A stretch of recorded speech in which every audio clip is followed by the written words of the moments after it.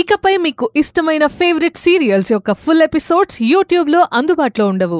కేవలం సన్నెక్స్లో మాత్రమే ఫ్రీగా చూడొచ్చు. శోభనం ఏర్పాట్లు ఎందుకు చేస్తుందో ఆలోచించావా?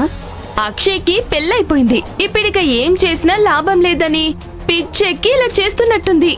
కాదు, నువ్వా రాజేష్ని మోసం చేసిందే కాకుండా విశ్వని పెళ్లి చేసుకుని ఇక్కడ సెటిల్ అయిపోయావని దీప నీ మీద పగతో రగిలిపోతోంది.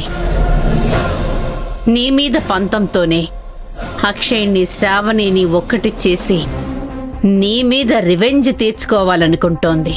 దీప ఇప్పుడు నీ శత్రువు. సంధ్య, ఇది ఆరంభం మాత్రమే. నిన్ను దెబ్బతీయడానికి దీప ఏమైనా చేస్తుంది. ఎందుకైనా మంచిది, జాగ్రత్తగా ఉండు.